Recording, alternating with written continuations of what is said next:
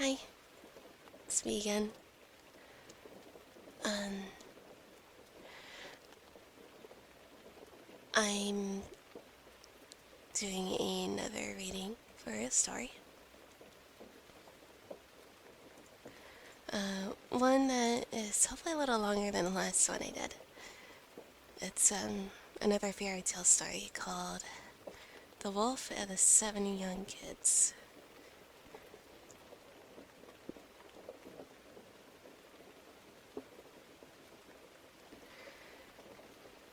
Once upon a time, there was an old goat. She had 7 little kids and loved them all, just as a mother loves her children. One day, she wanted to go into the woods to get some food, so she called all 7 to her and said, "Children dear, I'm going into the woods. Be on your guard for the wolf. If he gets in, he'll eat up all of you, even your skin and hair. The villain often disguises himself, but you will recognize him at once by his rough voice and his black feet." The kid said, "Mother dear, we will take care of ourselves. You can go away without any worries." Then the old one bleated and went on her way with her mind at ease. It was not long before someone knocked on the door and called out, "Open the door. Children dear, your mother is here, has brought something for each one of you." But the little kids knew from the rough voice that it was the wolf. "You will not open the door," they cried out. "You are not my mother. She has a soft and gentle voice, but your voice is rough. You are the wolf." So the wolf went to a shopkeeper and bought himself a large piece of chalk, which he ate, making his voice soft. Okay. Uh, then he came back and knocked at the door, calling out, "Open the door, children dear. Your mother is here and has brought something for each one of you." But the wolf laid one of his black paws inside the window. The children saw it and cried out, "We will not open the door. Our mother does not have a black foot like you. You are the wolf." So the wolf ran to a baker and said, "I've sprained my foot. Rub some dough on it for me." Okay. After the baker has rubbed dough on his foot, the wolf ran to the miller and said, "Sprinkle some white flour on my foot for me." The miller thought, "The wolf wants to deceive someone," and refused to do it. So the wolf said, "If you will not do it, I will eat you up." That frightened the miller, and he made his paw white for him. Yes, that is the way people are. Okay. Now the villain went for a third time to the door, knocked at it, and said, "Open the door for me, children. Your dear mother has come home and has brought every one of you something from the woods." The little kids cried out, "First show us your paws so we may know that you are our dear little mother." They're supposed to be goats. Goats have hooves. Okay. So he put his paw inside the window, and when they saw that it was white, they believed that everything he said was true, and they opened the door. But who came in? It was the wolf. They were terrified and wanted to hide. One jumped under the table, the second into the bed, the third into the stove, the fourth into the kitchen, the fifth into the cupboard, and the sixth under the wash basin, and the seventh into the clock case. But the wolf found them all, and with no further ado he swallowed them down his throat, one after the other. However, he did not find the youngest kid, the one who was in the clock case. After satisfying his appetite, he went outside and laid under a tree in the green meadow and fell asleep. Soon afterward, the old goat came home from the woods. Oh, what a sight she saw there! The door stood wide open. Table, chairs, and benches were tipped over. The wash basin was in pieces. The covers and pillows had been pulled off the bed. She looked for her children, but they were nowhere to be found. She called them by name, one after the other, but no one had answered. When she came to the youngest, a soft voice cried out, "Mother dear, I am hiding in the clock case." She took it out, and it told her that the wolf had come and eaten up all the others.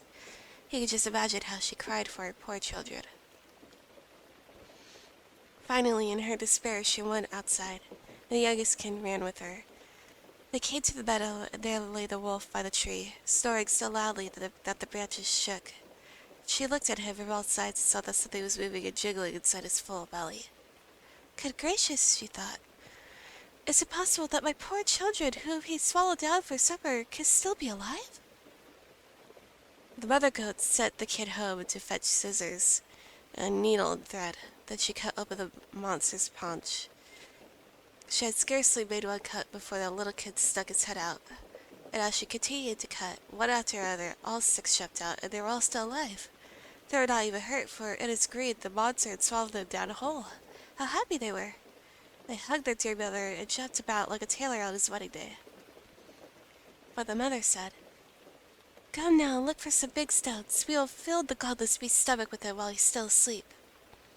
The 7 kids quickly brought the stones, and they put as many of them into his stomach as it would hold. Then the mother hurriedly sat up again. He was not aware of anything and never once stirred. The wolf finally awoke and got onto his legs. Because the stones in his stomach made him very thirsty, he wanted to go to a well to get a drink, but when he began to walk and move about, the stones in his stomach knocked against each other and rattled. Then he cried out, "What rumbles and tumbles inside of me? I thought it was kids, but it's stone that they be." But when he got to the well and leaned over the water to drink, the heavy stones pulled him in and he drowned miserably. When the 7 kids saw what had happened, they ran up and cried out, "The wolf is dead! The wolf is dead!" And with their mother, they danced for joy around about the well. The end. That was... I realized the message here, stranger danger, and I think that's good. But... yes, the wolf is totally your mother with the big old snout and the big old paws and the big old teeth. The big old paws? Goats don't have paws, they have hooves. It doesn't make any sense. However, I mean, it's better than previous stories I've read before this channel. So I'll give it that. Let's say like a 6 out of 10. That seems like fair. Also, as a tiny little announcement, I might not be able to stream nearly as much as before, just because I'm not sure if I'll have reliable internet.